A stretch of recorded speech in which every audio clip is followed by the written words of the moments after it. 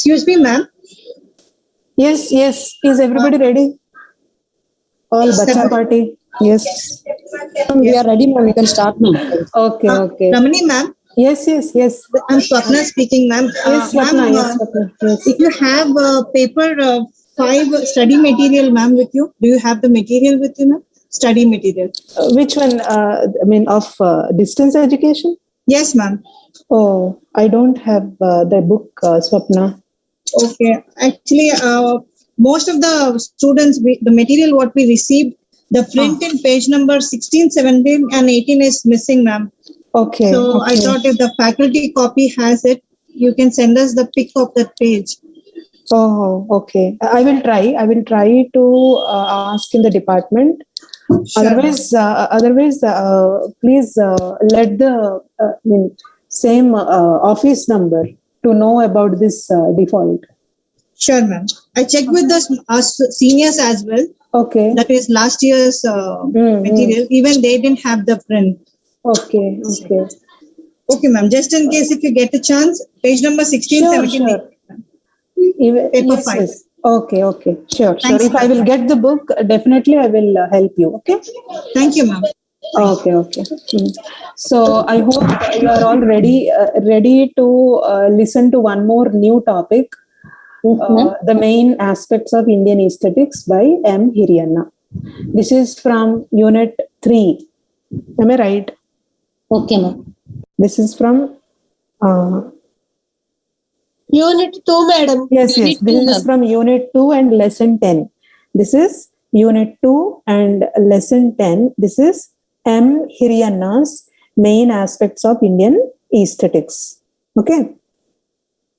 So this concept is completely new for everybody, because we all got habituated to Western studies. If I'm not wrong, we are all from the beginning of our English studies, we are focusing only on England, then European literature, then American literature. And even though we are studying Indian literature paper, that is also in English, how Indian literature is getting developed in English language, or how Indians selected English as one of the mediums, okay, to express our ideas, to express our culture, to show how colonialism affected us. This is all about our Indian writings in English paper. But this concept is completely new.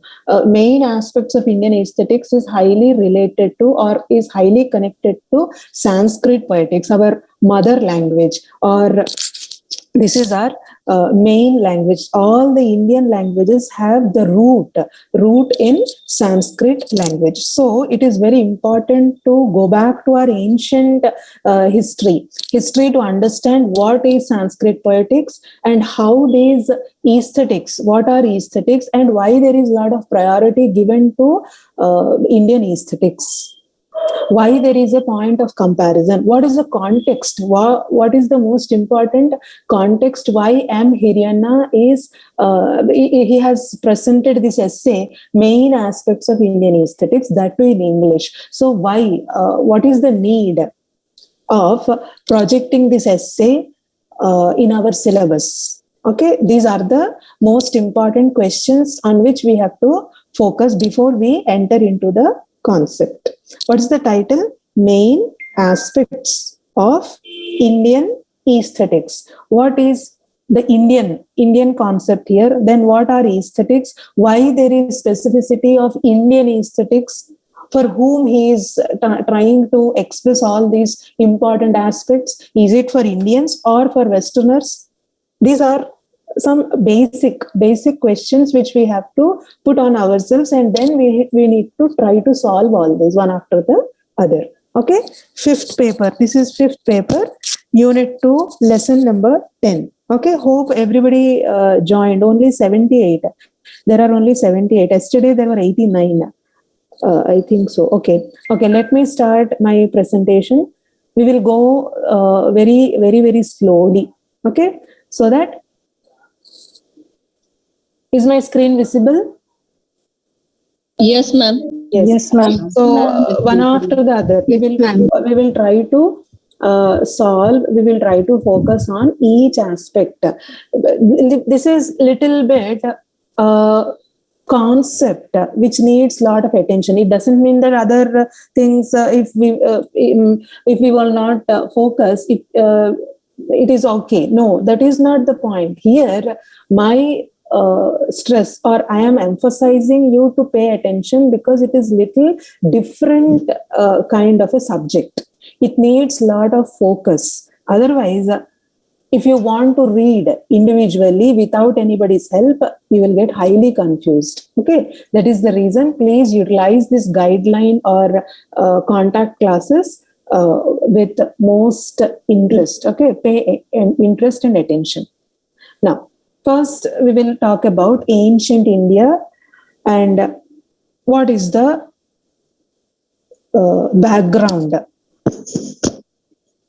to understand what are Indian aesthetics.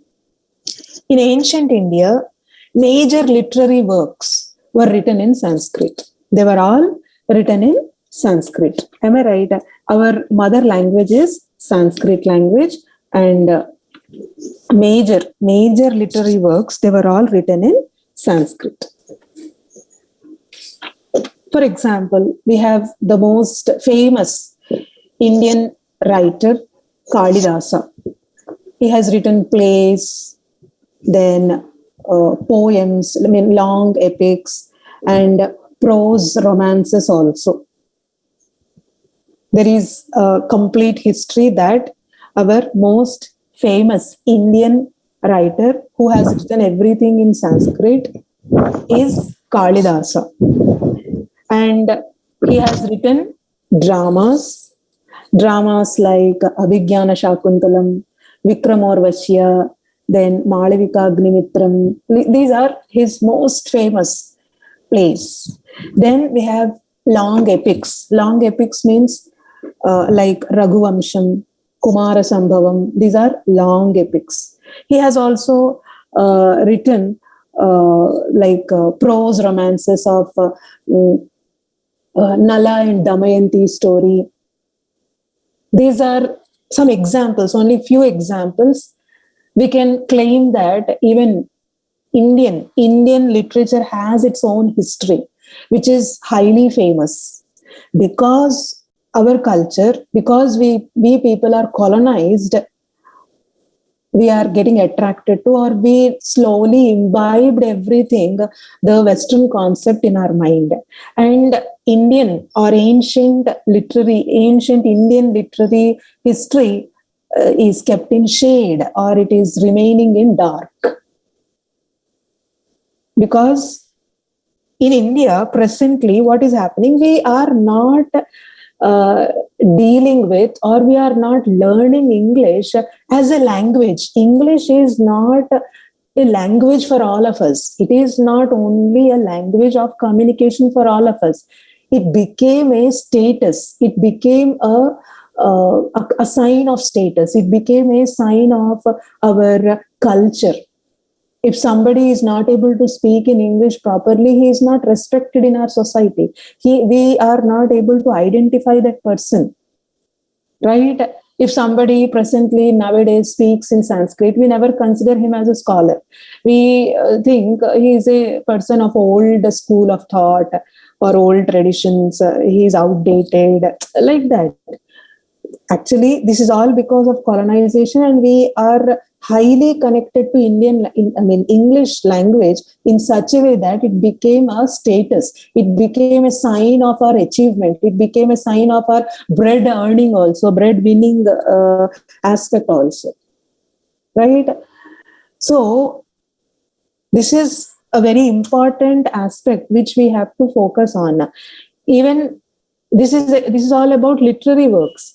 We were also having literary criticism as a separate school. Literary criticism mainly confined to Sanskrit.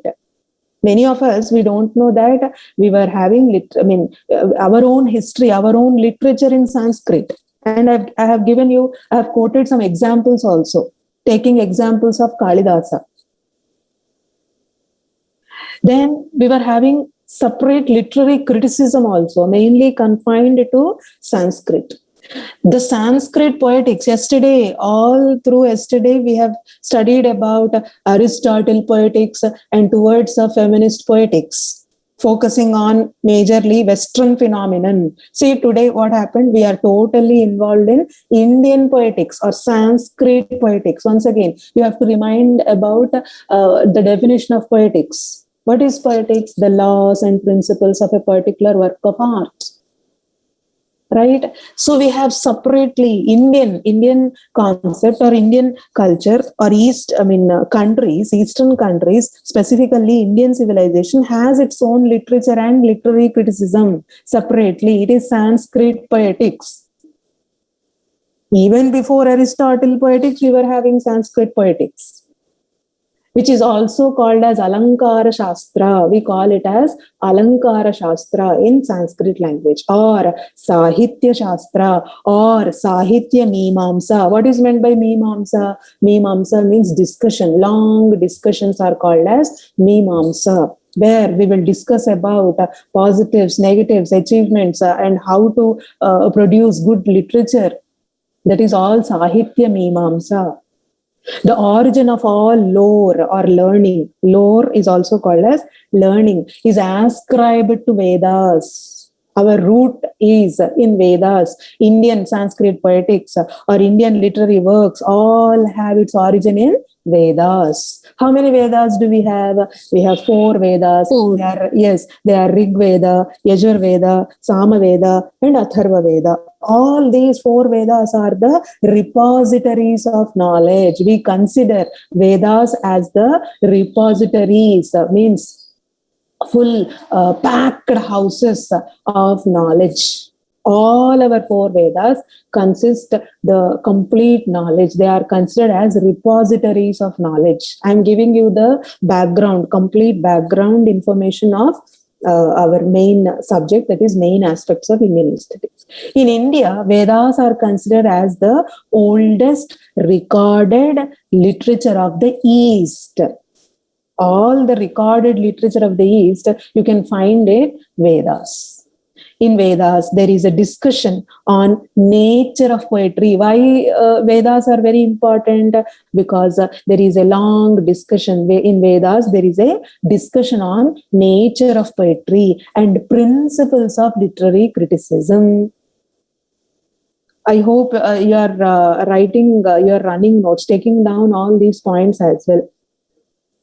In Vedas, there is a discussion on what? Discussion on nature of poetry and principles of literary criticism. Don't consider that these Vedas are only regarding Vedanta or Indian philosophy or how to attain salvation. No, attaining salvation or understanding our own self or journey towards internal self or exploration of self is also one part.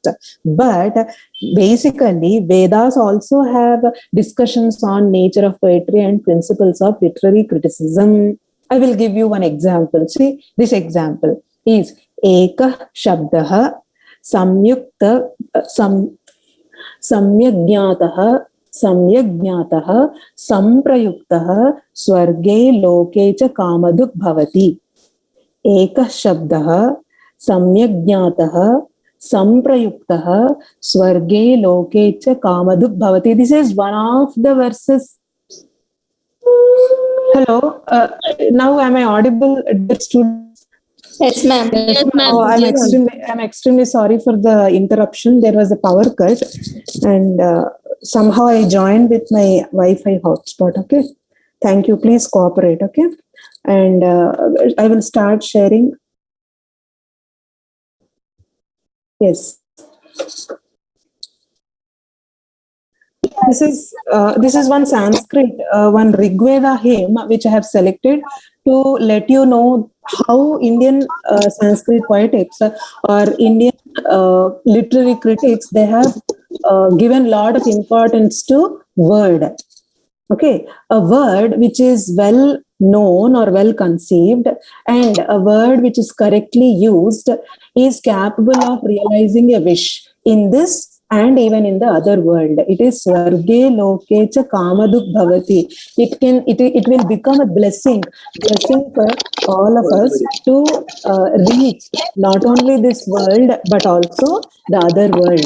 So this is one Rigveda hymn in which one word or a word is given a lot of importance. So word plays a lot of importance in our literary criticism or even in literary works. This is one of the verses of Vedas. So Sanskrit poetics or Indian literary criticism is all about the right use of word.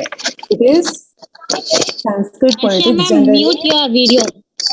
Akshay ma'am, mute your video. Okay. Thank you. So Sanskrit poetics or Indian literary criticism is all about the right use of words. They have given a lot of... Ramani, please mute, ma. Ramani. Someone is causing disturbance, ma'am.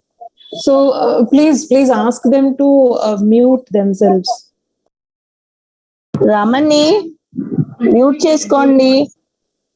Myself, I am Ramani. If I will get mute, who will explain you all this? Sorry, ma'am.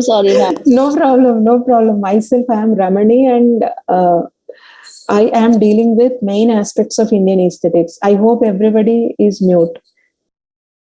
Except myself. Sorry, ma'am. No problem. I understood. See, because of these online classes, we don't know each other. Simply, we have to communicate. We should communicate in dark. Okay. Did you understand? Did you understand how Sanskrit poetics or Indian literary criticism, they gave a lot of importance to right use of words. These right use of words will give us the right.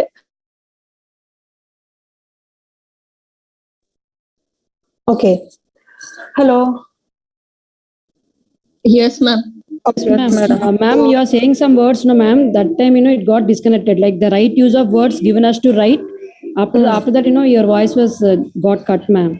So shall I repeat? See, we were in this third slide. Third slide is how Indian literary criticism or Sanskrit poetics gave a lot of importance to the right use of words. This is what I was explaining. Okay, and then I moved on to another important slide, which is titled Sanskrit poetics. The most important or the most ancient book which is available in Sanskrit poetics is Bharata's Natya Sastra. Bharata is believed to be lived in the 1st century, around 1st century BC. In Natya Sastra, we have an in-depth discussion on Rasa. This is most important.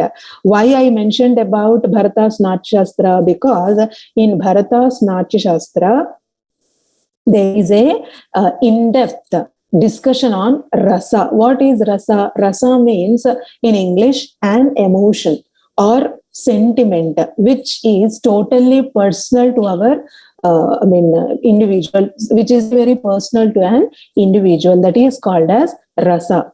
Rasa in Sanskrit, that is in English, it means emotion. Why do we talk about Rasa? Or what is the relevance and how did it come into being?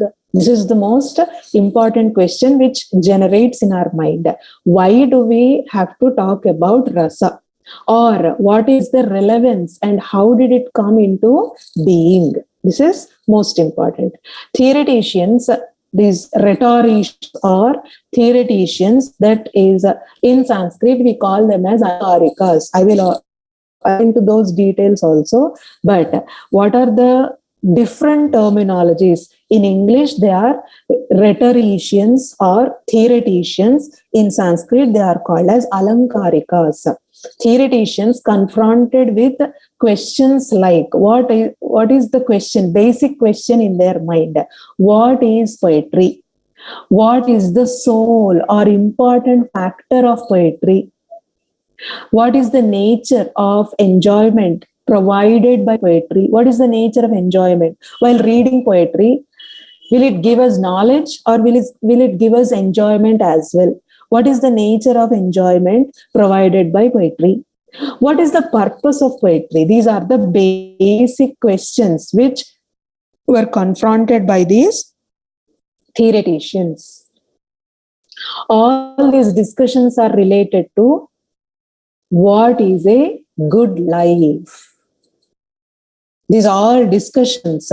That is, as I mentioned, Mimamsa, Sahitya Mimamsa is related to what is a good life or how we can make our life better. And this good life is related to, it will lead to what? The relevance of poetry for an individual, or the individual, how it becomes a society. These are all connected. Did you understand, or do you need to repeat once again? What is poetry, or what is the use of poetry, purpose of poetry? Then what is the soul or important factor of poetry? What is the nature of enjoyment provided by poetry? All these discussions are related to what? What is a good life? How this genre called poetry will affect our life. Along with life of an individual, this individual, if it is a group, it will become a society. It will affect the society also. But here the contrast is, this is all about Indian concept. But in Western countries, literature and criticism, they are not different. They are deeply intertwined. What is meant by intertwined? Allukupotamu. Intertwined means both are mixed, tightly knit, tightly knit in the branch called philosophy. In philosophy itself, you will find literature as well as criticism. That is the reason there is a lot of confusion. Hiriyanna proves that there is a lot of confusion in Western philosophy, because Western philosophy has aspects of literature as well as criticism intertwined. They are not separated as they are separated in Sanskrit poetics. What is the benefit of Sanskrit poetics? In Sanskrit poetics, literature is dealt by alankarikas and criticism is dealt by philosophers. Indian philosophy is different, Indian literature is different. Clear? Did you understand? Shall we move to next slide? Any one of you? Am I audible to all of you? Yes, ma'am. Yes, ma'am. Okay. If you have any doubts, please let me know. What is Rasa, or why we talk about Rasa? How is it on good life of a society? Ma'am, These what are are all Western basic. countries? In Western countries, but in Western countries, literature and criticism, both, these are important, very vast subjects. Literature is very vast, criticism is also very vast. They go hand in hand simultaneously. If there is a piece of literature, there will be definitely criticism also, right? This you know, this is basic. But these two, literature and criticism, they are deeply intertwined in philosophy. That is the reason there is a lot of confusion. Like Aristotle, the Greek philosopher, also talked about literature and criticism. He's a philosopher. He should focus on philosophy. But he also focused on literature, how to write a drama in his Aristotle poetics. Right? A philosopher also talking about literature and criticism. Whereas in India, in Sanskrit poetics, critics are different and rhetoricians or theoreticians, poets, they are all different. Alankarikas are different and poets are different. They both, literature and criticism, they are dealt separately in Sanskrit poetics. So there is no confusion. There is a lot of benefit which Hiriyanna has discussed in this essay. He has discussed about all the benefits of Sanskrit poetics. Clear? Is it clear? Yes, ma'am. Okay. Thank you. Now, Sanskrit poetics, to arrive at answers satisfactorily to these questions, various theories were formulated. To arrive at these satisfactorily, to arrive at answers satisfactorily to these questions. What are these questions? What is poetry, or why do we talk about rasa? What is the soul or important factor of poetry? These are all questions, right? In this slide we have posed. So to arrive at answers satisfactorily to these questions, various theories were formulated. To get the answers. Many theorists, they looked at these questions in various ways. Not only one way, there were many theoreticians, they have looked into these questions in various ways. This led to the formation of 8 schools of poetics, Sanskrit poetics. What are Sanskrit poetics? There are 8 schools, remember, 8 schools of poetics. And what are these 8 schools? Like 8 schools of poetics, or 8 ideas, or 8 paddhatis to get into these answers. To get answers satisfactorily, these questions led to the formation of 8 schools of poetics, or 8 schools of ideas, or 8 schools of paddhatis. The 8 schools of poetics are based on the perceived importance of factors that make a good poetry. They are all based on one important factor. What is that one important factor? What makes a good poetry, or how to design a good poetry, or what is a piece of literature which is called as best poetry. Okay, all these 8 schools of poetics, they are based on what? Based on one important factor. What is this one important factor? That what makes good poetry.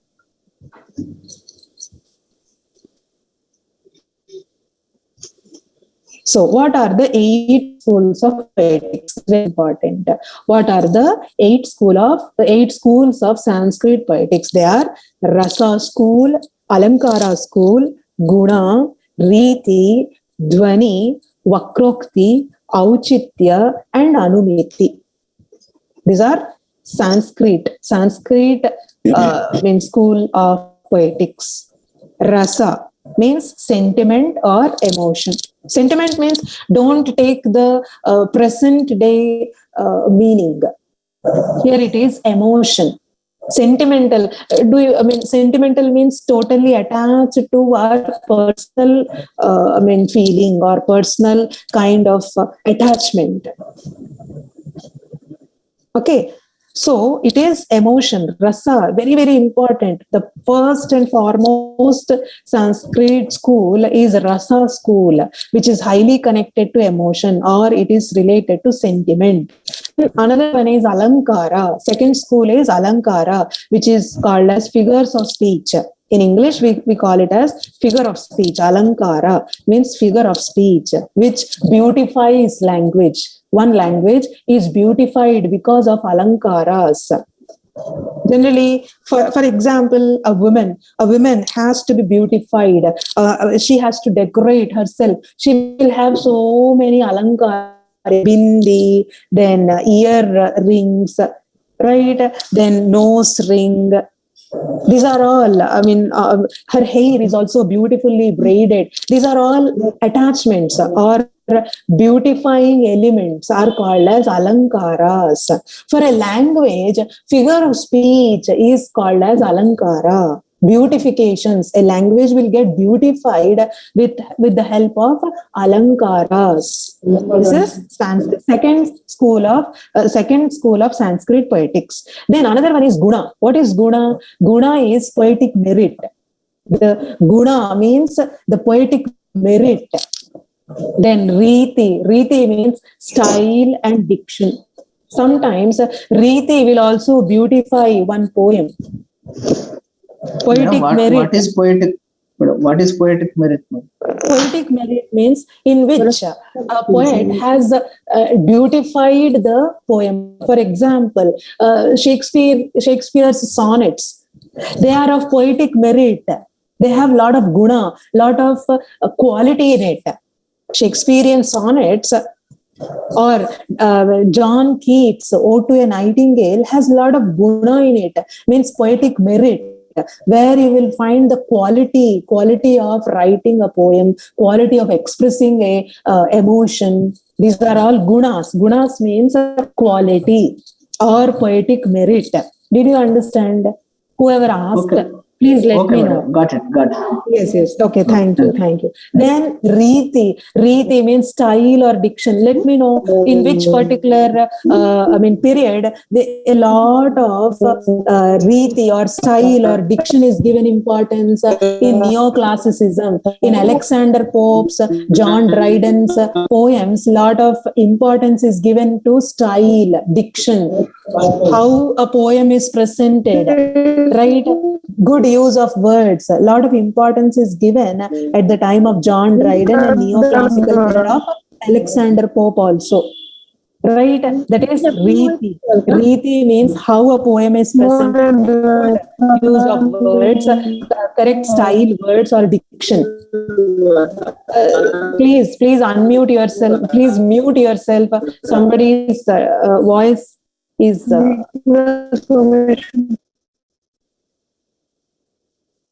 Okay.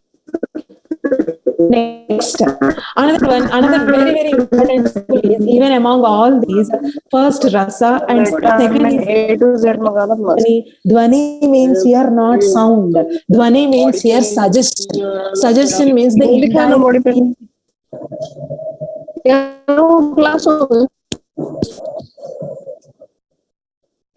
तो जल्दी से मुंह धो खाना खा लो next class की ready है I don't know how to mute everybody more. Let me check in more.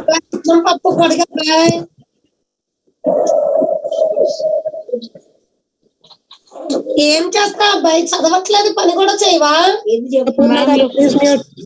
Please mute. Harshiya ma'am please mute yourself. Harshiya madam mute करिए फोन, आपके माइक्रोफोन को.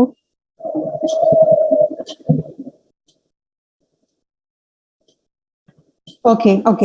Thank you.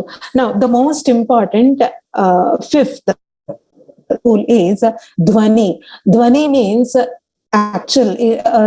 actual meaning is sound, but here Dhwani means suggestion, means the indirect meaning or the suggested meaning.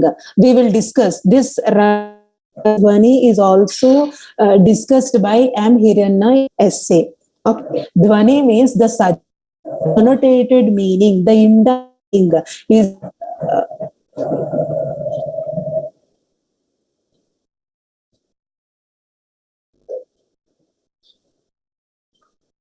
today I have lot.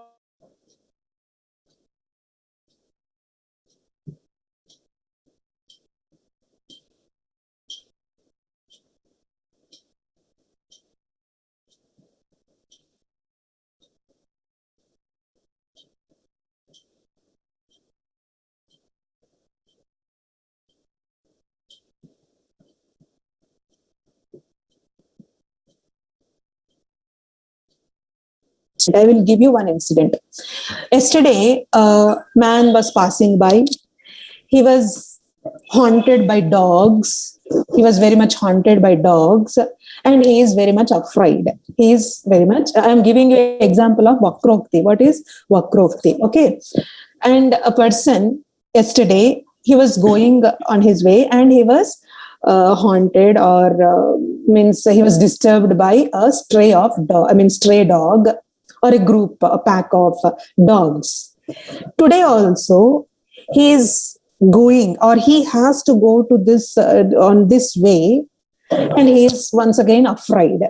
But I will suggest him, I will tell him that today there is no dog.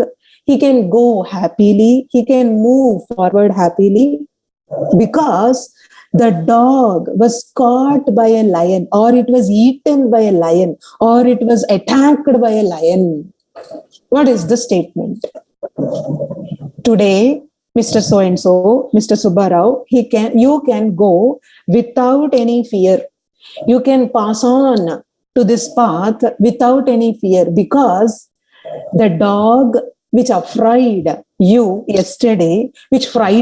yesterday, today it is eaten by a lion. So there is no need of any fear. This is Vakrokti. In my sentence, there is Vakrokti. Will you find the roundabout way of speech? Can you find the roundabout way of speech in that? Any one of you, please try to respond, or at least let me know that we didn't understand. Clearance in that speech. Okay, it is very much clear. Okay, then what is the roundabout way of speech?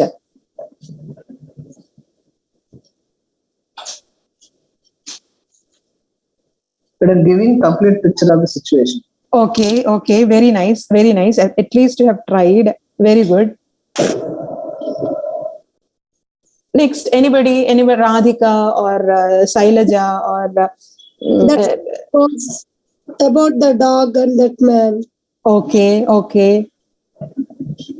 The incident of that. Very nice. Thank you. But there is something else also. So convincing way of Negative side, ma'am. speaking. What? I think some Convincing way of negative. speaking. Okay, so I will reveal. Then you will get highly surprised. What is Vakrokti? Vakrokti means the roundabout way of speech. Yesterday, as I told you, Subbarao was frightened. Yesterday he was frightened, and today I am giving him assurance that there is no dog today because it is eaten by lion. But indirectly, the roundabout way of speech is that I am also giving him information that he must be very careful because this is a lion zone as well. There is a lion roaming here. The dog was attacked by a lion. This day, he should be more careful. Did you understand the roundabout way? The mentioning of lion.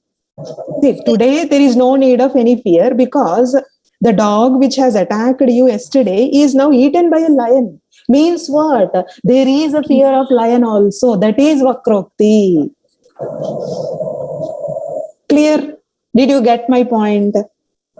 Yes, ma'am. This Subbarao has to be more careful. He has to be more alert. We don't know. Yesterday it was dog. Today it might be a lion which will attack him.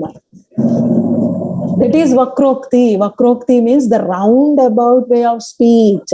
I will give him indirect suggestion or indirect hint that this zone is now very, very dangerous because lions are roaming in this zone. Yesterday, the dog which has attacked you is now eaten by a lion. Means there is a double threat. Clear? This is the beautification of language, which makes a person more alert. Every word is very, very important. Every word has to be checked. Then next, another important school is Auchitya. What is Auchitya? Means propriety or appropriateness. Words must be used appropriately. Right word at the right time, at the right context is Auchitya. And last one is, of course, it is a minor branch. It is Anumiti. Anumiti means inference. What inference will you get? Or what meaning will you draw from a particular sentence? That is called as Anumiti. It is inference meaning or the hidden meaning. Generally, in English poems, we find Anumiti. Anumiti means the inference meaning which we have to draw. Analysis. While we are doing some analysis, we will get the inferential meaning. Is it clear? Did you get all the 8 schools? The most important school is Rasa and Dhwani. Among all the 8, Rasa and Dhwani are very, very important. Rasa theory was propounded by Bharata Muni and Dhwani theory was propounded by Anandavardhana. I'm not giving you all the details of all the schools and their propounders. Okay, I'm giving you because our main focus is on Hiriyanna's essay.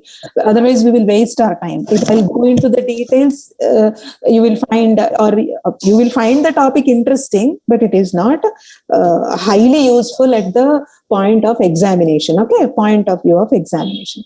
Rasa and Dhwani are very, very important related to our essay. Rasa theory is propounded by Bharata Muni. Bharata's Natya Sastra. In that Natya Sastra, he has mentioned about Rasa theory. And then Dhwani theory is propounded by Anandavardhana. You write only these two names.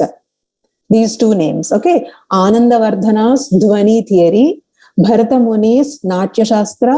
In that Natya Sastra, he has talked about, at a very great length, he has talked about Rasa theory. Okay. That's it. Next. And Rasa theory is also connected by all these, other schools also. Okay. Next. Rasa school. The first one is Rasa school. It is a theory which is propounded by Bharata Muni, as I mentioned earlier, in Natya Sastra. Natya Sastra is his great book. Then there are 5 purposes of poetry in Bharata Muni's Natya Sastra. He has propounded that there are 5 purposes of poetry. Poetry means don't relate only to one particular genre. Poetry means here literature, overall picture of literature. See, poetry is the main branch, main aspect. Then prose, then drama, then novel, then short stories. These are minor branches. We can say poetry is the mother of all these branches. Don't consider that poetry is a separate genre, prose. Don't consider it like that. Poetry means the bigger perspective, like the whole literature. What are the 5 purposes of literature or poetry according to Sanskrit rhetoricians, Sanskrit poetics, or Sanskrit theorists? When you write or read poetry as a poet or as a reader, there are 5 uses, there are 5 purposes. Very, very important. Please remember, if you write this, these points even in the exam, you will get very good marks. When you write or read poetry, means literature, there are 5 purposes, 5 uses. You will attain what? As an individual, you will attain what? You will attain yashas. Yashas means fame. If you are a very good poet, if you are a very good talented poet, if you will produce a very beautiful poem, definitely you will get yashas, means fame. If you read poetry also, you will get fame because you will gain artha. Artha means money. Money from what? Money from royal patronages. In those days, in ancient India, kings encouraged poets. Very great noble men encouraged poets. Because of these royal patronages, poets were becoming rich. That is, one example is Kalidasa. In our Dravidian culture, we have many poets who worked under Sri Krishna Devaraya. Sri Krishna Devaraya also, patronized many poets. Right? So, if you are a very good poet, you will gain yashas, artha, then vyavahara jnana. Vyavahara jnana means worldly knowledge, which is also connected to our Bacon's essays. In one of the Bacon's essays of studies, he has mentioned about this vyavahara jnana. If a person is highly well learned, he will gain a lot of knowledge, worldly wisdom, which is also mentioned by Bacon, Francis Bacon, in his essay called Of Studies. In first year, I think you might have studied essays also, Francis Bacon's essays, right? Am I right? Yes, ma'am. Even in that, Francis Bacon's Of Studies essay, he has mentioned about worldly knowledge. A well-learned person, a well-versed person is highly knowledgeable. That is called in Sanskrit as Vyavahara Jnana. Vyavahara Jnana. Then Shiveta Rakshati. 4th one is Shiveta Rakshati. What is meant by Shiveta Rakshati? Means destruction of inauspiciousness.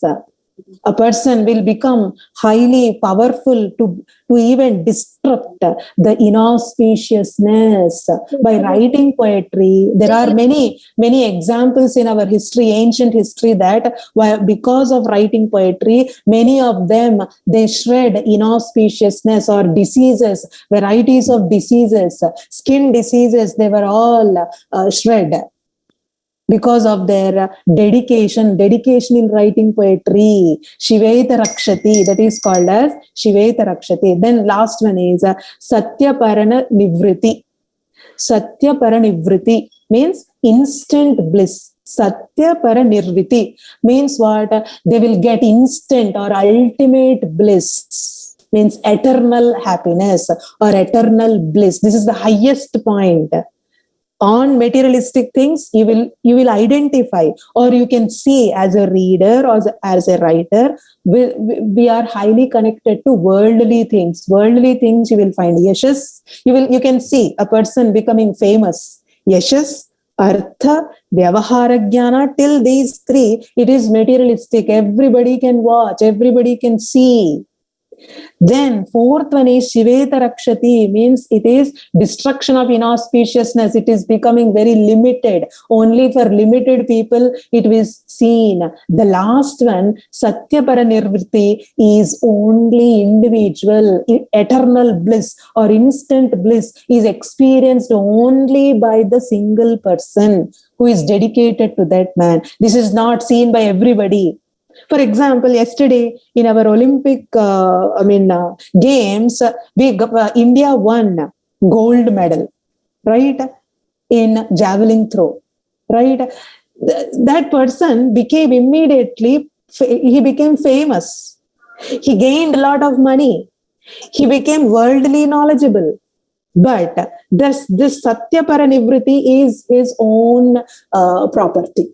How much instant bliss he gained or he attained, it is his personal experience. Right?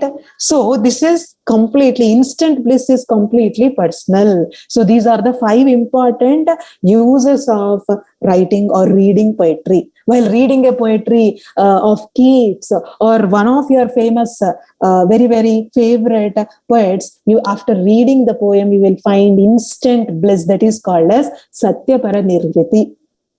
Clear? Is it boring, my dear students? Is it boring, the whole lesson? No, ma'am.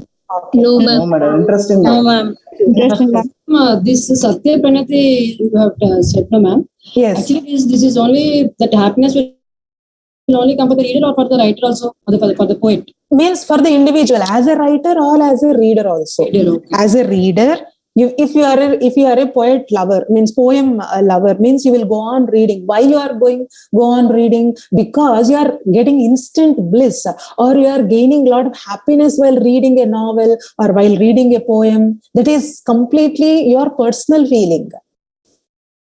Right? You are deeply involved into that. And while writing a poem also, if somebody is expressing his feelings and emotions, he will having that instant bliss, which is truly personal to that particular man or woman. Okay, then we will talk about Natya Sastra. What is Bharata's Natya Sastra? Bharata's Natya Sastra deals with various aspects of dramatic forms. It is not a dance form. Dance comes later. Natya means dance. We think like that. But Bharata has written in the context of drama. He has written everything in the context of drama. Natya Sastra deals with the various aspects of dramatic forms. This is the most ancient text available in Sanskrit poetics. It contains about 6,000 verses. Natya Sastra contains about 6,000 verses and it is divided into 36 chapters. Whereas Aristotle's poetics is divided into 26 chapters. It is very easy to remember. Bharata's Natya Sastra is divided into 36. Aristotle's poetics is divided into 26. Both these two are considered as the most important basic texts for our literature. We are dealing with both the literatures, Indian literature as well as, Sanskrit literature as well as Western literature. These two books are very, very important. It is in the 6th chapter, Bharata discusses about the nature of rasa and its realization. What is the nature of rasa and how we realize it? He has discussed in the 6th chapter. All the writers in Sanskrit poetics have accepted the importance of rasa in poetry. All the eight school writers, they have accepted the importance of rasa in poetry. But is very important. But many writers differs in what generates rasa. అసలు ఏమి రస అంటే ఏమిటి? ఏది ఇలా మనకి emotion ని బయటికి తీసుకొస్తుంది? What is that cathartic effect? In Aristotle, it is called as cathartic effect. In Sanskrit poetics, it is called as rasa. What generates rasa? Rasa means emotion. Some focused on form. Some said that, some of the Sanskrit rhetoricians, they said that it is form which generates rasa. Some focuses on content. Any content in a poem that generates rasa. Some said, no, it is not the content. The form we recite, it is called as rasa. It generates rasa. Sometimes, for example, I will give you one day-to-day example. We generally enjoy music. Okay, and there are many favorite songs. Some are Balasubramaniam songs, some are Hariharan songs, some are Shankar Mahadevan's songs, like that. We enjoy, right? Please check what makes you to involve into that song. Why you are preferring to listen to that songs 100 times. Abba, ee paata enni saarlu vinna tanivi teeradu అని ఎందుకు అనిపిస్తుంది? Is it the singer's voice? Is it the lyricist who made those beautiful lyrics? Or is it the form which, the music which is attached to that? Is it the music director who made the song more beautiful? Why? What is the reason? Why you are trying to listen to that song 100 times? Why you are preferring? Is it the music, background music? Or is it the voice of the singer? Or is it the lyrics? What makes you to listen to that song number of times? Why you are so much emotionally attached to that song? Why you are so much emotionally attached to the song? Is it because of your situation? Hello. Is there any doubt? Do you have any doubt?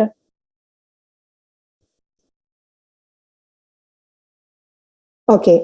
So please understand, or please check with that. What makes you people to listen to one song so many times? So like that, what generates rasa? What generates that deep attachment, deep sentiment towards that song? Is it the form or is it the content? Like that. So there is a natural doubt. Bhamaha, one rhetorician, Bhamaha, believed that Alankara generates rasa in poetry. What is Alankara? Beauty or charm. If a poem is recited beautifully, if a poem is designed beautifully, that generates emotion, that generates rasa in poetry. He said, Bhamaha believed that Alankara, the second school of Sanskrit poetics, this is Alankara, brings the beauty. He said that generates rasa. Whereas Vamanan and Dandin had talked about Riti. Riti means what? Style. I hope you have written. Riti means style or diction. The way, the style in which the poem is presented, the style in which Balasubramaniam sings the song, that generates rasa in poetry. Vamanan and Dandin, they believed like that. But whereas it was Anandavardhana, I said, it was Anandavardhana who believed and proved. Not only believing, he has proved that it is Dhwani. It is Dhwani, the suggested meaning, the indirect meaning that gives rise to rasa in poetry. They only talked or they only believed, whereas Anandavardhana, went forward, stepped forward to believe and to prove also. He has proved in his book called Dhwani Theory. Dhwanyaloka means a Sanskrit book is Dhwanyaloka. In English, it is Dhwani Theory. He even proved that it is Dhwani, the suggested meaning or the contextual meaning that gives rise to rasa in poetry. I will give you examples. Okay, please don't get me wrong. My method of teaching is like this because I'm habituated to youngsters. Many of the youngsters, they are attached to movies. They get easily, they will understand easily. I will give you an example from Atadu movie, Atadu of Mahesh Babu and Trisha. In that, there is a very beautiful scene where she expresses her love. Trisha is expressing her love and she is also in a fighting mood. Okay, hope you all remember. Those who have watched the movie will easily understand. Those who are not able to take up this context, please excuse me. I'm extremely sorry. Okay, I don't think that I'm dramatizing more. This is only for the sake of an example and better understanding. Okay, so in that scene, Trisha is in a fighting mood. She says that you are not able to understand me. I always try to impress you. You are not impressed by me. And he also says that you are exposing like a heroine from the evening, like the blah, blah, blah. There is a fight. And in that mood, he says that, Mahesh Babu says that, I am a changed person. He gives the meaning of that moon. Moon is not always the same. Moon remains in the sky always. It remains always like that. Whereas our moods change. One day it will appear to be very, very beautiful. That moon, the moonlight, the sky, it appears with stars. It appears to be more beautiful one day. One day we didn't notice even. We don't want to see. We don't want to look at. Where is the difference? The difference lies in our mind. The difference lies in our context, in our moods. Our moods always change. The nature remains.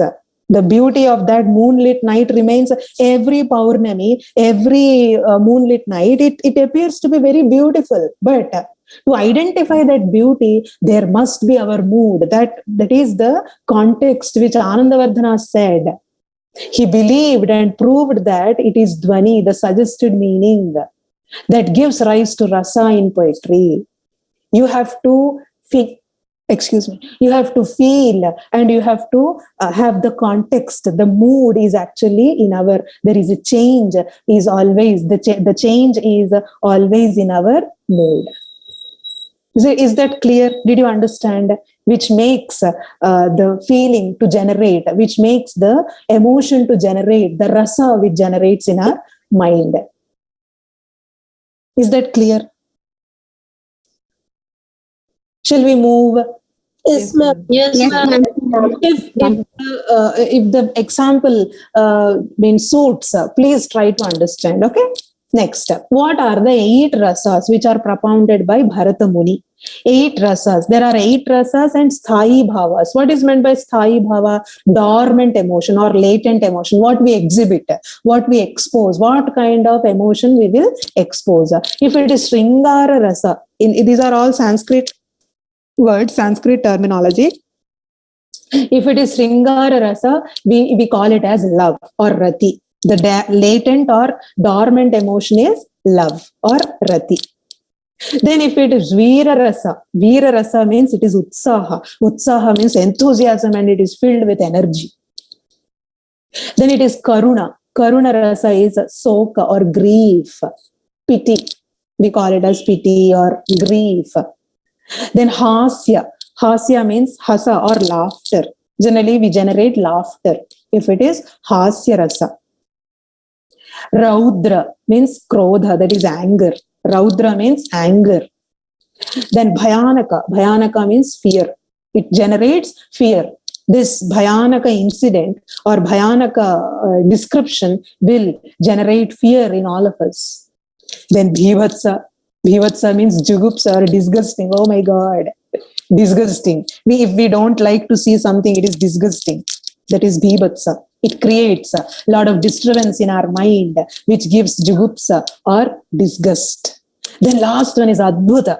Adbhuta is wonder. That is Vismaya. Okay, and these are shown in different dramatic forms. See, this is Shringara. This is Hasya. This is Karuna, very grief or pity or like that, silent. Then it is wonder. That is what? Adbhuta. See, her eyes are widened, broadened, Adbhuta, as if she is seeing a wonderful thing. Then this is Jugupsa. Oh my God, disgusting. No, I don't want. Jugupsa. Excuse me.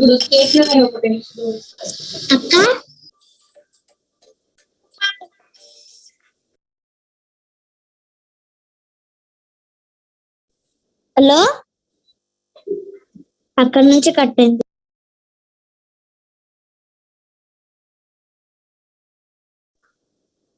Ma'am? Yes, I'm sorry. There was an important call I have to attend. I cannot skip. That is from Anil Krishna sir. And he said that at 1:30, sir will take up the class. There is a little change here.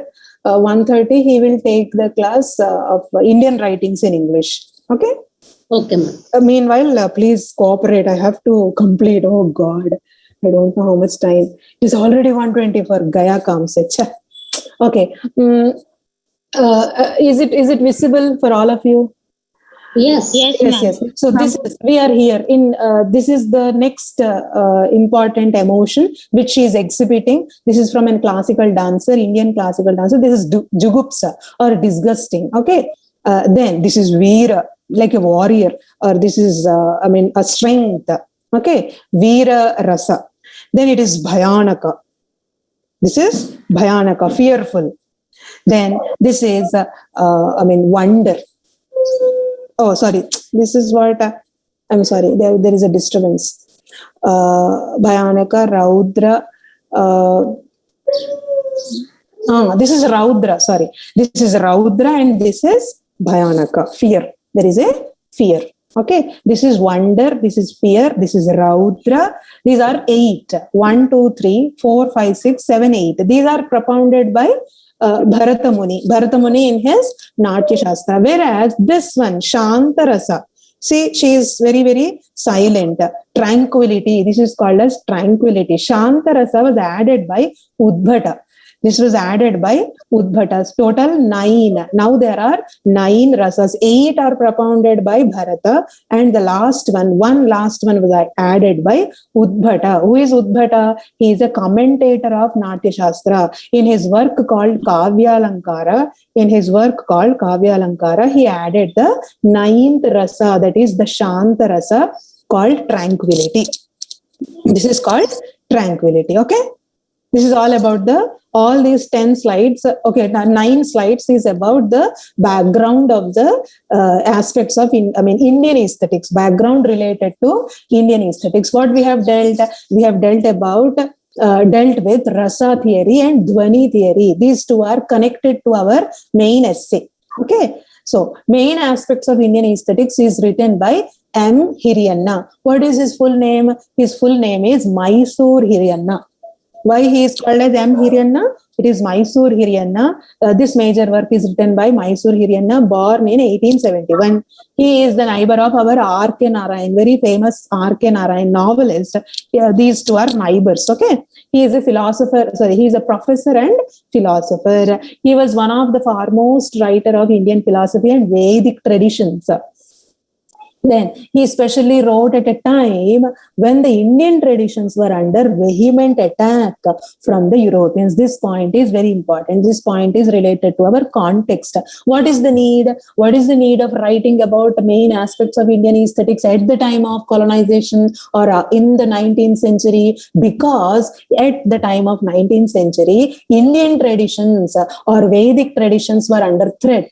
They were all questioned. They were vehemently attacked by European writers or European philosophers as they are waste. They are completely of no value. For without taking that insult,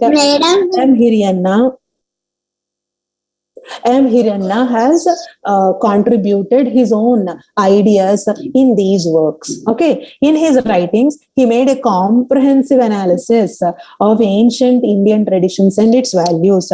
He never accepted the Western philosophers or Western or Europeans' attacks. Simply, he tried his best to give the comprehensive analysis of the ancient traditions and its values. His prominent works include Indian Conception of Values, Outlines of Indian Philosophy, very important. Outlines of Indian Philosophy is very important.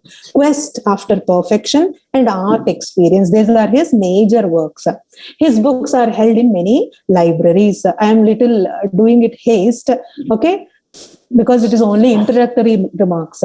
So, M. Hiriyanna, Outlines of Indian Philosophy. This is Hiriyanna and this is his major book, okay. Next, the context. What is the context of this particular book? At the time of inception of colonial education, means English education was getting introduced into India. Colonial education in India, there was a great debate between Orientalists and Anglicists. Who are Orientalists? One who supported Sanskrit education, one who supported Indian values, Vedic traditions are called as Orientalists, whereas Anglicists are people who supported the Western education or English education getting introduced into schools, Indian schools. Okay, so Orientalist, for example, our Orientalist is M. Hiriyanna, whereas Anglicist is Raja Ram Mohan Roy. You can easily say that Raja Ram Mohan Roy is an best example of Anglicist. He supported English education. He requested our William Bentinck to introduce English education system, medium schools into India, because Sanskrit, they felt, is an outdated subject, or it is completely related to one closed kind of a study, whereas Western education is very liberal. It is liberal in its context, liberal in its approach. There is a lot of development seen in Western countries by that time, and Indian society or Indian culture was suffering with so many social evils.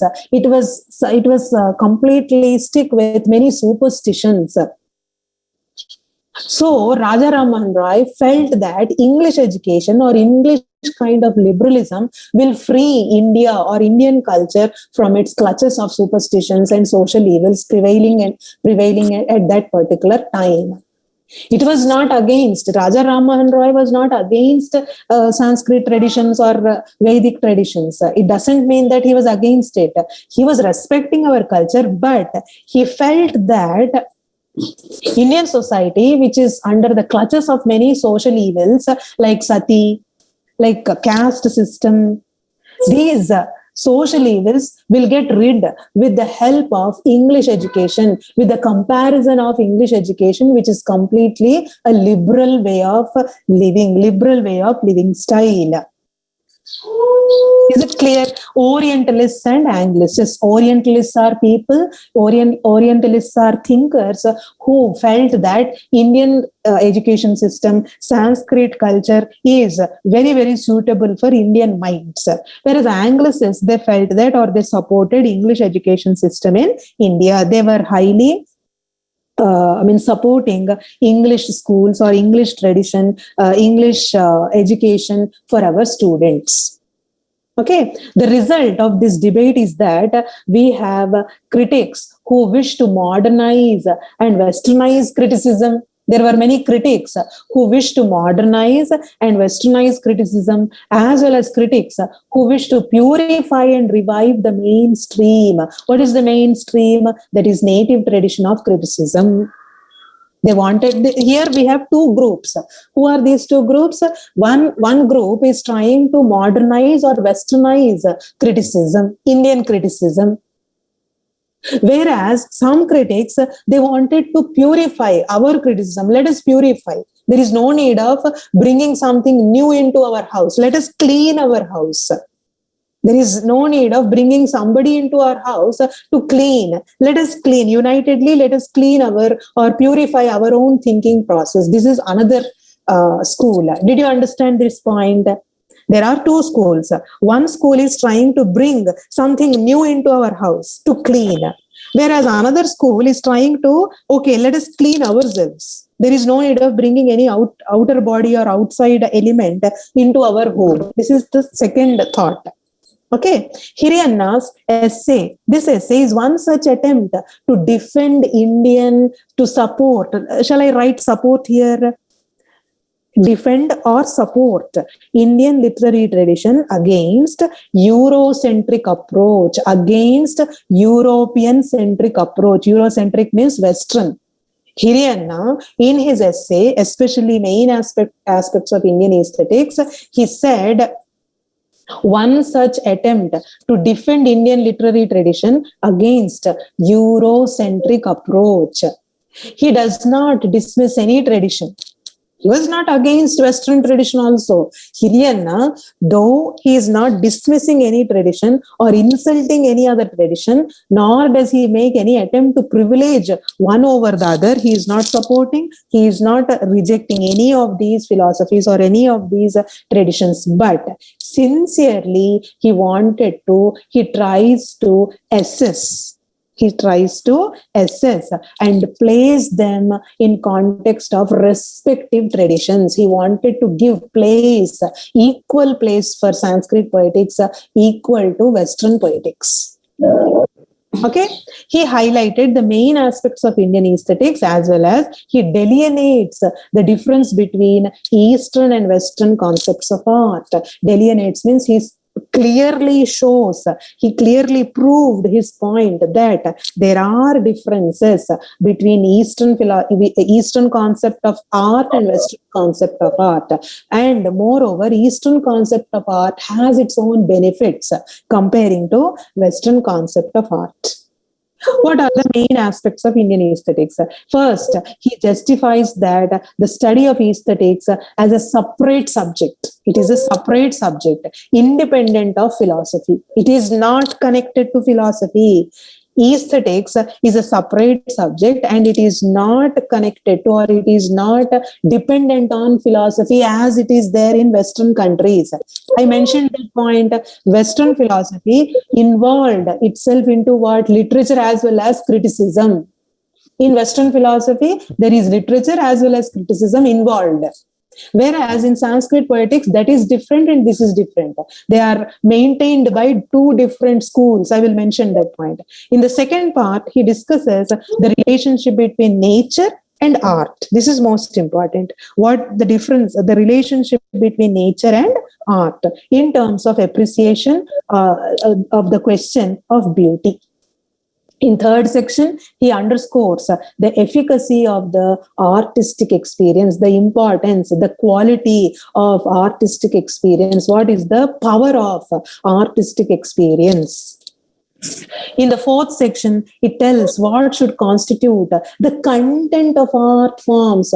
What kind of content you should imbibe in your art forms, what kind of quantity or quality you should bring in your art forms.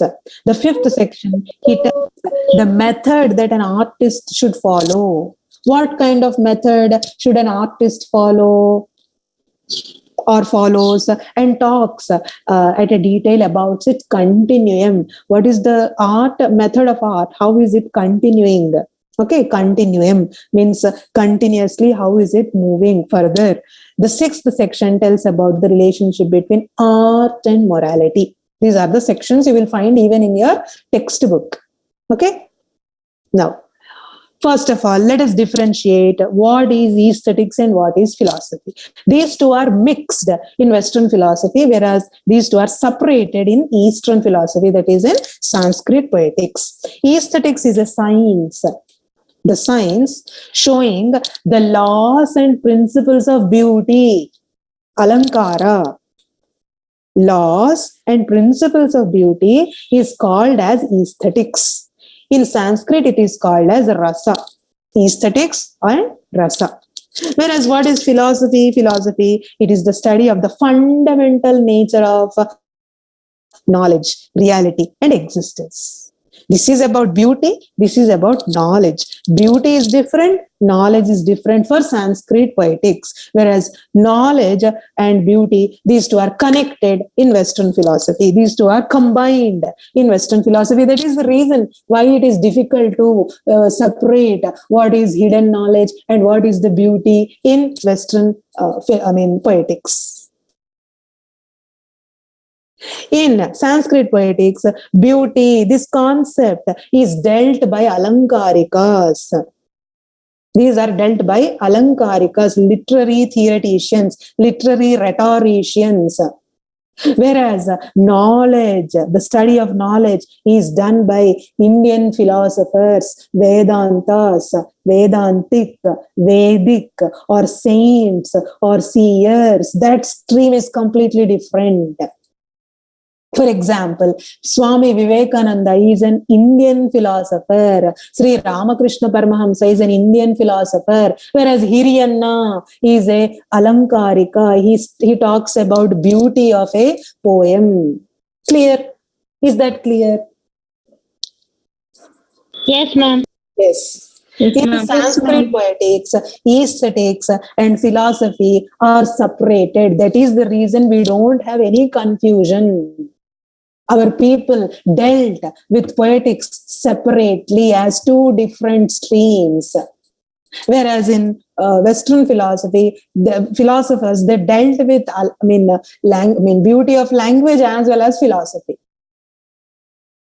Aristotle, he dealt with philosophy as well as beauty of literature also.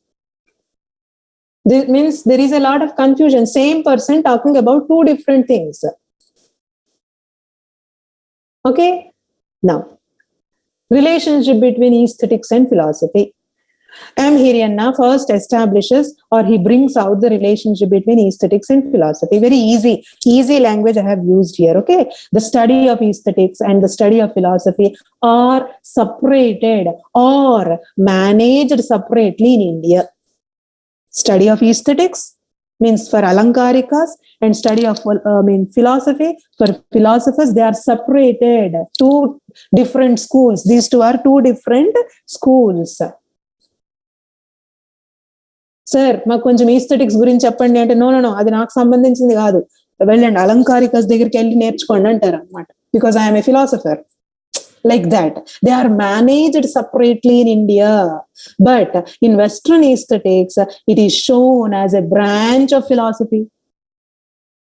West aesthetics, or aesthetics in West is shown as a branch, a small branch of the same tree, philosophy. Indian philosopher says, Hiriyanna says that has not concentrated on concentrated in art. Indian philosopher says Hiriyanna, any Indian philosopher has not concentrated on beauty in art.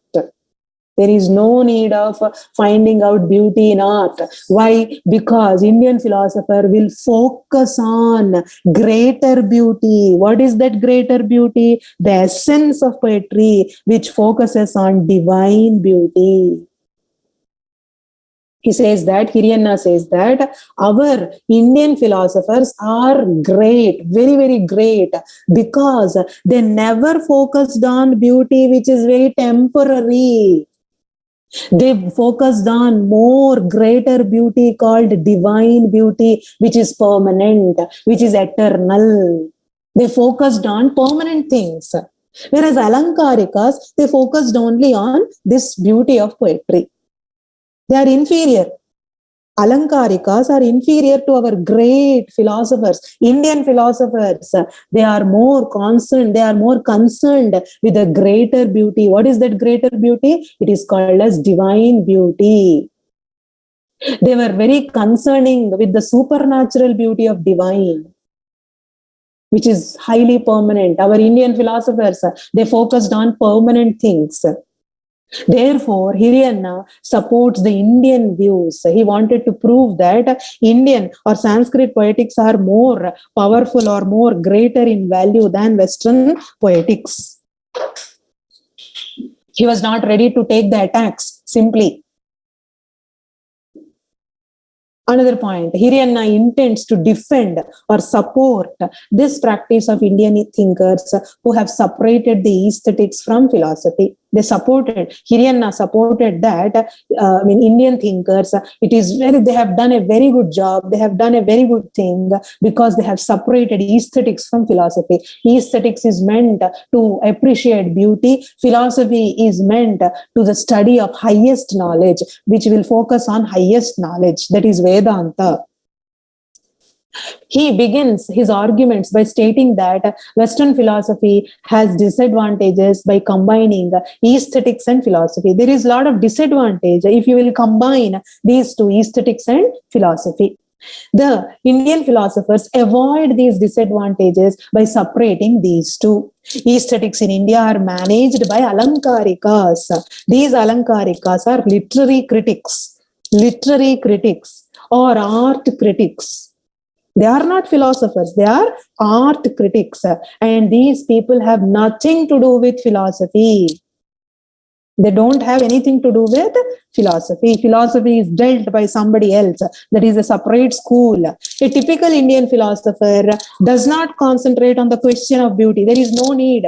There is no need of focusing on what is beauty or what is the form of beauty, what is the suggested meaning of beauty. There is no need of question for this Indian philosopher because his main focus, his main aim is salvation or moksha, means he will only focus on the content.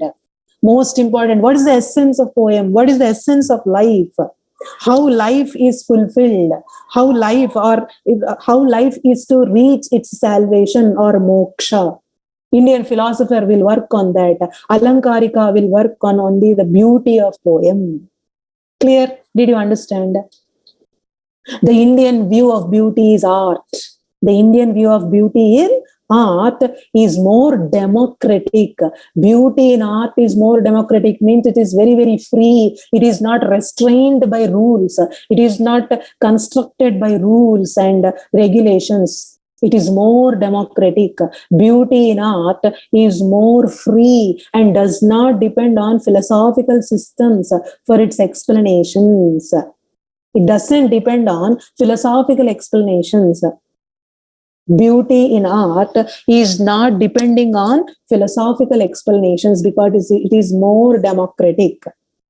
On the other hand, in West, beauty in art is interpreted or explained with the help of philosophical theories. Is a problem.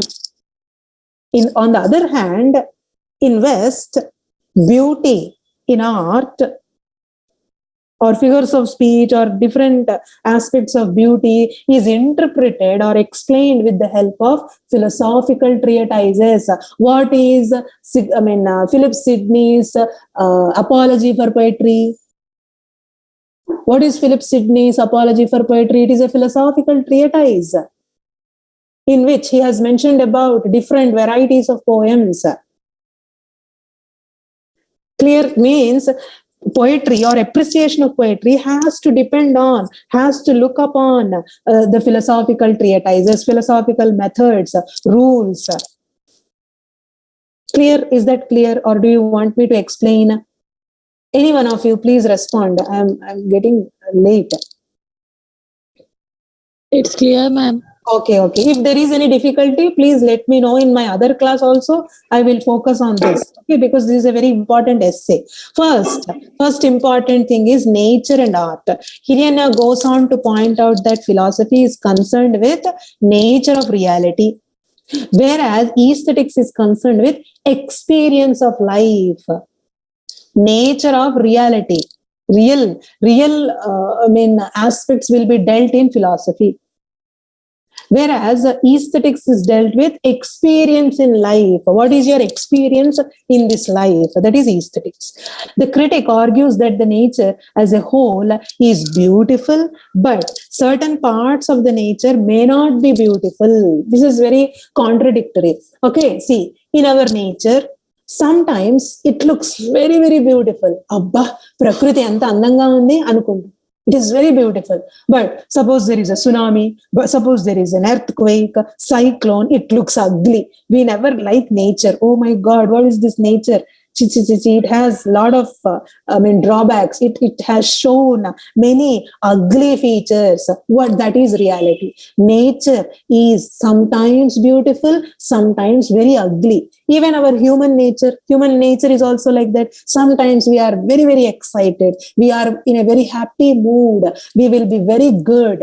We think that there is no other person as good as me. That is our true nature. Whereas sometimes we will be very moody, pessimistic. Our face will look very ugly. This mood. What is this? We have varieties of mood swings. Sometimes it is very beautiful. Sometimes it is very ugly. We don't like ourselves. We don't like our nature. Even Mother Nature sometimes looks very ugly also. Critic argues that the nature as a whole is beautiful. As a whole, human nature is very beautiful. Human being is a very good being. But certain parts of nature may not be beautiful. There is no guarantee that every time human being is very good. Sometimes there will be mood swings. Sometimes even in Mother Nature, there are dreadful colors. Right? The ideal beauty can be created in art, because true nature, real nature is not 100% beautiful. 100% beautiful nature can be created in art. There is that flexibility. As I mentioned, art is democratic. In your feelings or in your imagination, you can create a beautiful world which is 100% perfect. It is only possible in your imagination. That is the beauty of art. Right?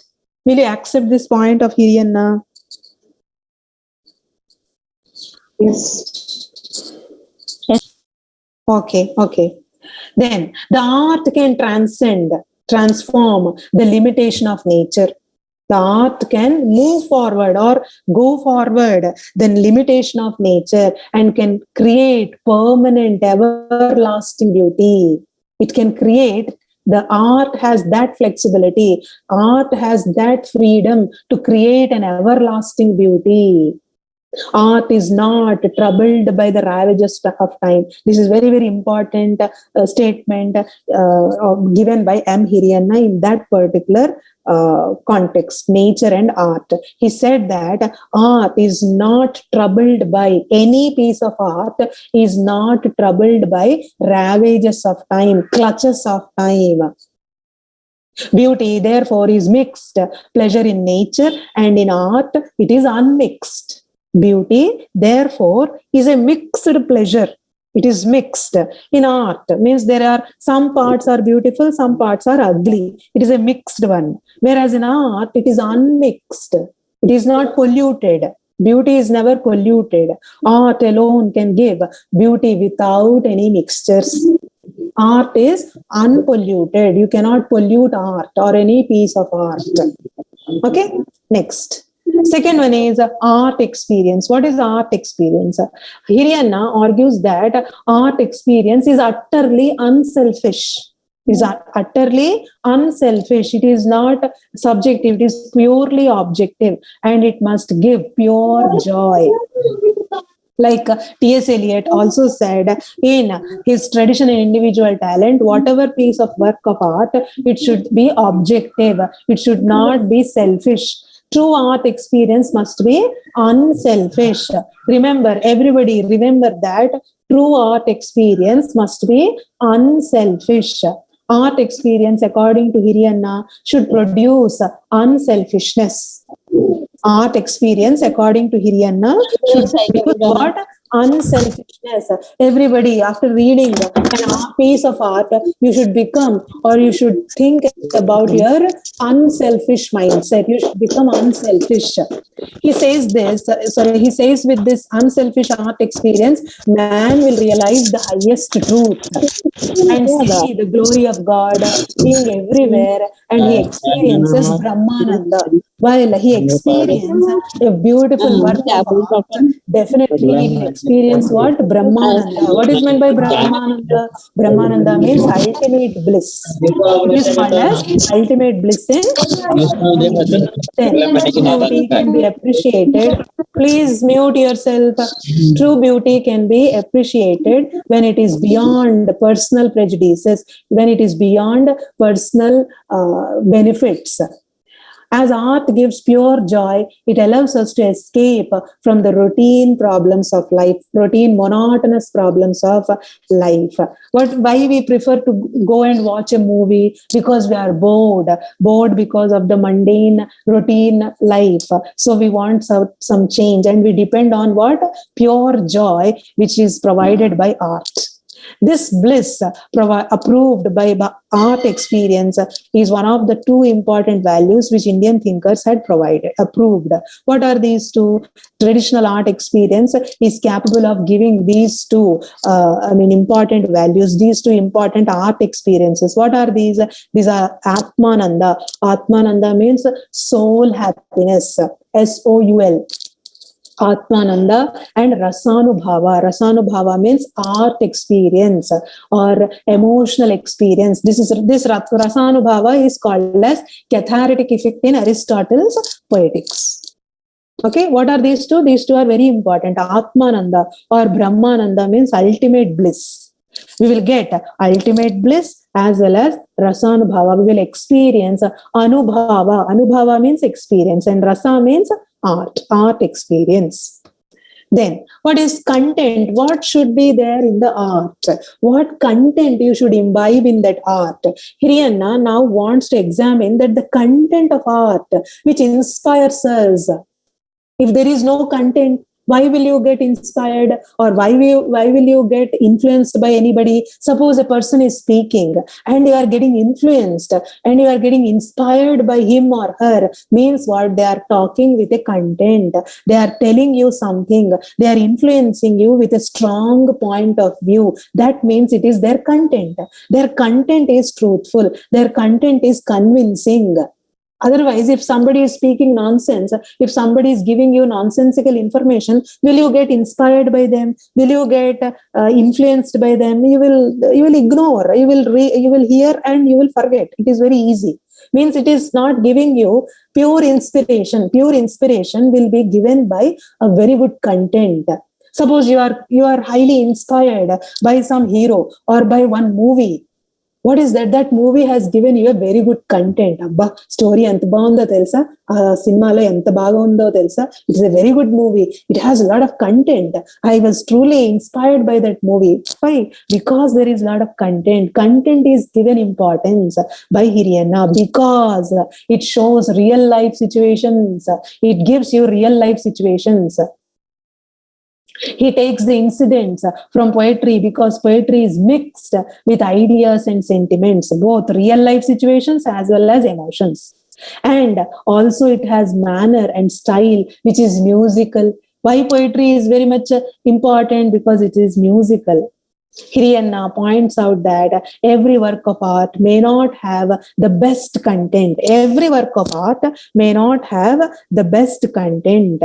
He says furtherly that content of art may be sometimes nothing, but meaning itself it expresses.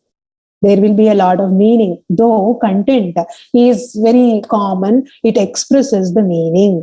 Therefore, the content of art should be based on real life situations. You should take real life situations to inspire or to influence the audience or the readers.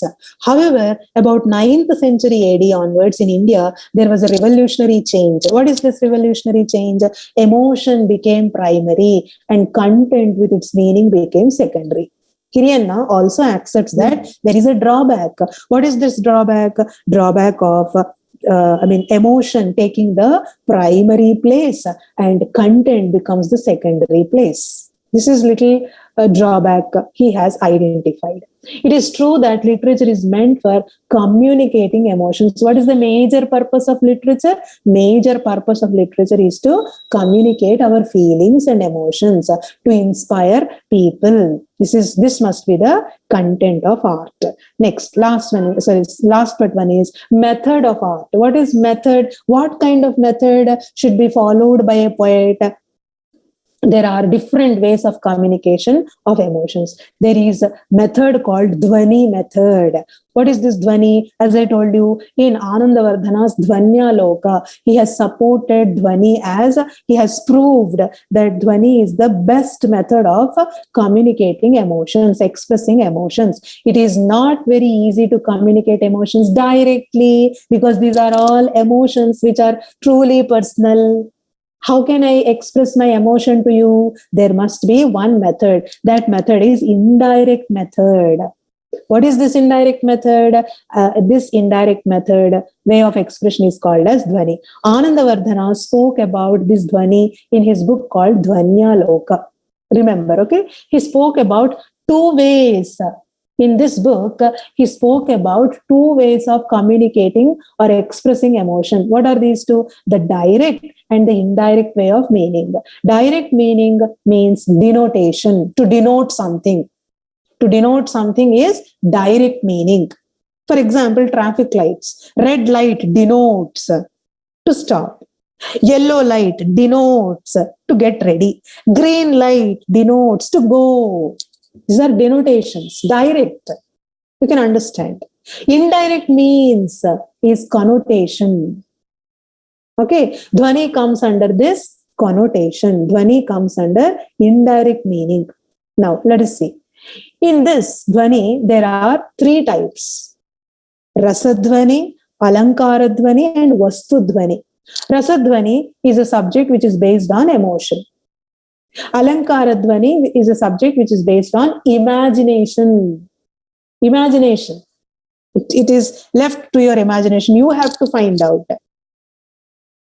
Vastu Dhwani means matter of fact, means from reality, real life situations. Vastu Dhwani means matter of fact. Vastu means here not thing, something. No, that is not the meaning. Vastu Dhwani means the subject which is based on matter of fact, means real life situations. This is emotion, this is imagination, and this is real life situation. Hiriyanna contradicts Mahima Bhatta's and Mukula Bhatta's conclusions also, which are based on the theory of Dhwani, which is based on logic. Mahima Bhatta and Mukula Bhatta, these two are also rhetoricians. They are also literary critics, some separate literary critics who said that Dhwani theory is based on logic. They said that Dhwani's theory is based on logic. Hiriyanna says it is wrong, or it is not the right answer. Hiriyanna says that Dhwani's strength lies in imagination rather than his logic. Dhwani's strength, indirect meanings strength, is based on, strength lies on imagination rather than logic. Dhwani is not limited. It is unlimited. Because imagination is unlimited. Your mind can imagine numerous things. There is no limit at all. Your mind can travel anywhere. There is no limit at all. Like that, Dhwani is also unlimited and sometimes beyond logic. It is beyond your imagination. Okay, do you know, ma'am, I have a wild fantasy that I will go to Spain and there I will have a horse riding. What is this wild imagination? It is not possible. Suddenly going to Spain. Okay, so it is beyond logic. Dhwani, which imbibes indirect meaning, it is beyond logic. Last one, art and morality. True art transcends all purposes. The moral attitude is involved by its own. On the contrary, art seems to represent morality, means Every art should give you moral. Every art should help you to reach the highest truth. Every piece of art should help you to attain Brahmananda. Born out of fear of punishment or hope of reward. This was also discussed by Aristotle. Okay, art and literature sometimes get polluted with unnecessary praises. Art and literature sometimes get polluted. It sometimes get polluted with unnecessary praises. Means unnecessary acknowledgements, unnecessary attributions. Art must be selfless and must be born without any temptation. Suppose I will do some painting and I want to sell it. It becomes self. It becomes selfish. I am painting. I am doing some paint work only to sell. It becomes polluted. I am doing this class only for your appreciation because I will reach some appreciation. It is not true work of art. I should involve myself in this particular lecture. I should try to give you ultimate help. You should not, for the sake of examination point of view, you should learn this material or you should learn this topic. It should remain in your mind permanently. One day, the one class, it is so beautiful that it remained in my mind. Like that you should feel. This should be Rasanubhava. Rasanubhava means art experience. This lecture should remain in your mind permanently. That must be my goal and that must be your attainment.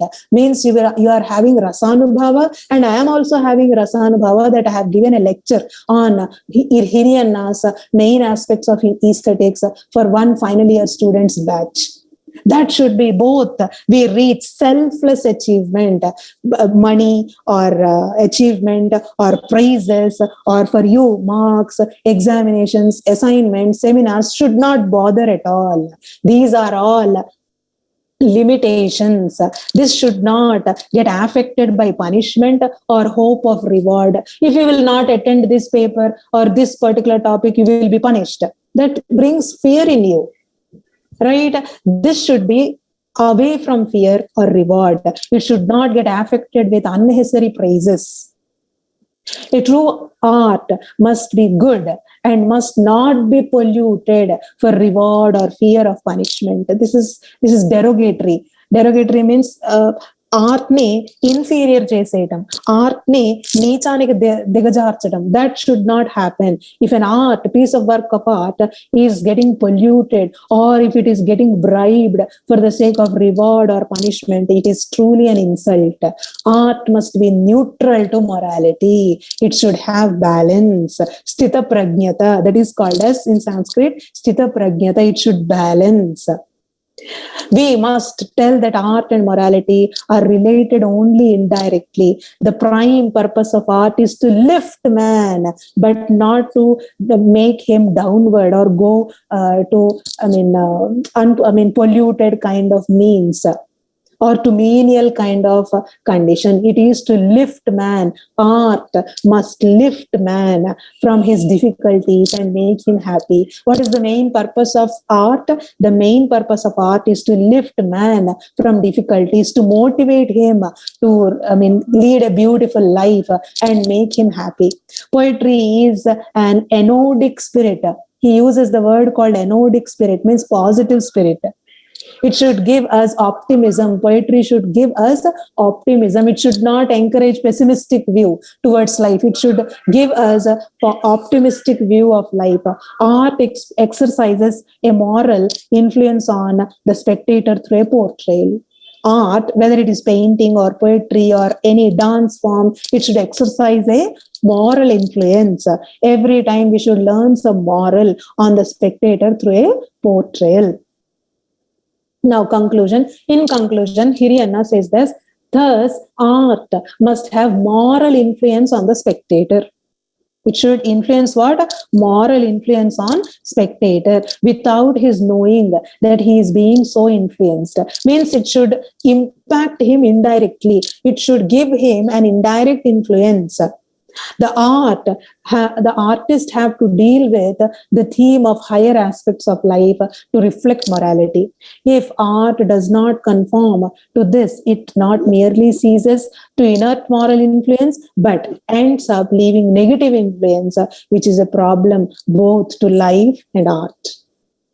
If something is given directly, direct attack, it will, life is like this. Life is filled with pessimistic views. In life, you have to face many difficulties. In life, you have to suffer. Suppose we will tell the truth like this for any human being, he will get afraid. He will get demotivated. Life is for only suffering. Philosophy says life is for suffering. We came here onto this earth only to suffer. These are realities. These realities should not be told to anybody directly. It should be given in a very smooth way. Suppose I will say, death is inevitable. Everybody will die one day. What is this? This cruel statement of life. My dear students, we are all human beings. Our life is very, very transparent. One day we will die. Death will approach us. What is this? This is a very true, very cruel or crude kind of statement. People cannot digest easily. So we have to put this statement in a very beautiful way that one day, of course, tomorrow is also there, day after tomorrow, our life is filled with achievements. You should be optimistic.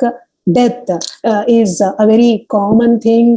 Like that, we should give indirect connotations so that man will not get discouraged. Moreover, he should get motivated to have a hopeful life, to have an optimistic view towards life.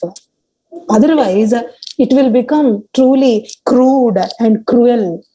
So Hiriyanna says that art is capable of changing the individual unknowingly. Without his knowledge, it can change human being. It can change the mood of human being. Art has that capability. Okay. Do you have any doubts? Please let me know. I have taken a lot of time. I know that, but please let me know. No, ma'am, no doubts. See, don't take this in the sake of examination point of view. Okay, you have to remember this as a very important lesson which is prescribed in your meeting. Prescribed in your syllabus. Yes, ma'am. What do you want to say?